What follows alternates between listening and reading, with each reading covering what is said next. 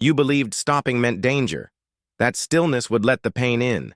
So you kept moving, through exhaustion, through grief, through fear, and called it strength. You learned early, safety meant motion, that if you paused, you'd be seen, you'd be hurt, you'd collapse. So you built a life on momentum, not peace. You mistook busyness for safety. Believed that if you weren't doing something, you were failing. But your body remembers what your mind denies. You were never meant to run forever. You became an expert at avoiding stillness, at filling silence with noise, at saying, "I'm fine," when your soul was screaming, "I need to stop." You equated rest with surrender, because once, pausing meant you were vulnerable. So now, you push, not because you want to, but because stopping feels like collapse. What if stopping wasn't weakness? What if it wasn't the end, but the beginning? What if after everything, it's finally safe to stop? You fear that if you stop, the pain will flood in, that the grief, the memories, the emptiness will swallow you.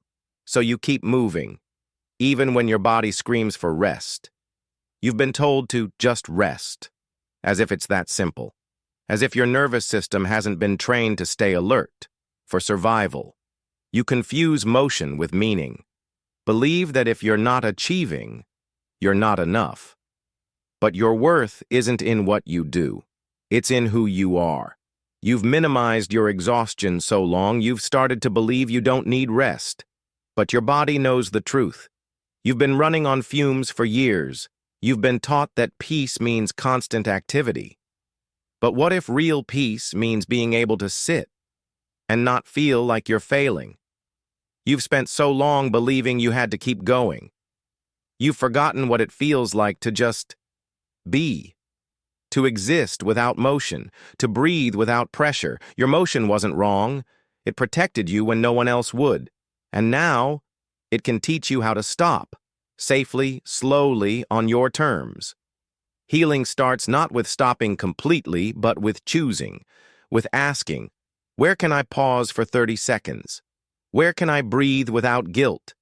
You don't have to stop everything at once. You only need to create one safe moment, one breath, 1 minute where you're not running. And it's okay. Your stillness isn't laziness. It's courage. And every time you choose to pause, even for a second, you're rebuilding trust with your body.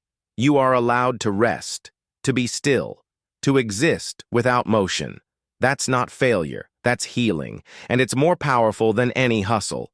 This isn't about becoming inactive, it's about becoming free, free to stop when you need to, free to move when it feels right.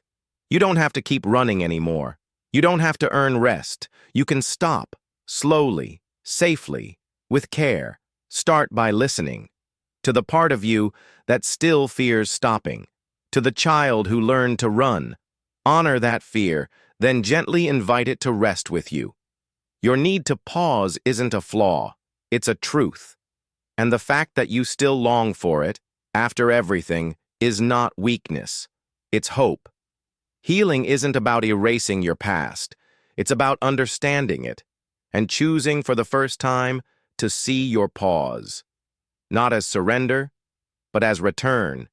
You are not broken, you adapted, and now you can evolve, not by becoming someone new, but by returning to the self that was always there. You are worthy of peace, not when you're less tired, not when you're fixed, but right now, exactly as you are. Even if you're still learning how to stop. If this resonates, you're not alone. For a gentle guide to help you pause, reclaim your stillness, and heal from the inside, explore the link in the description.